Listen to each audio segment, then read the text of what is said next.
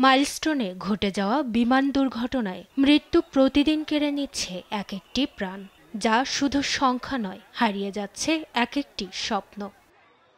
মাইলস্টোনে বিমান বিধ্বস্তের সেই বিভীষিকাময় ঘটনায় আইমান ও মাকিনের পর আজ না ফেরার দেশে পাড়ি জমালো মাইলস্টোন স্কুল অ্যান্ড কলেজের সপ্তম শ্রেণীর শিক্ষার্থী জারিফ ও অফিস সহকারী মাসুমা বেগম। সকাল ৯টা ১০ জাতীয় বার্ন ইনস্টিটিউটের নিবিড় পরিচর্যা কেন্দ্রে ৪০% দগ্ধ নিয়ে চিকিৎসাধীন অবস্থায় মারা যায় শিশু জারিফ।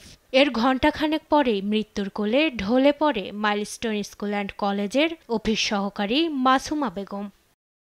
মৃত জারিফ তার পরিবারের সঙ্গে উত্তরায় বাস করত। তার গ্রামের বাড়ি রাজবাড়ী জেলায়। অন্যদিকে এক ছেলে ও এক মেয়েকে নিয়ে তুরাগ নয়ানগরের শুক্রভাঙা এলাকায় থাকতেন মাসুমা বেগম। তার গ্রামের বাড়ি ভোলার বোরহানউদ্দিন উপজেলায়। মাকদুরা মিতি, নিউজ ডেস্ক, দেশ টিভি।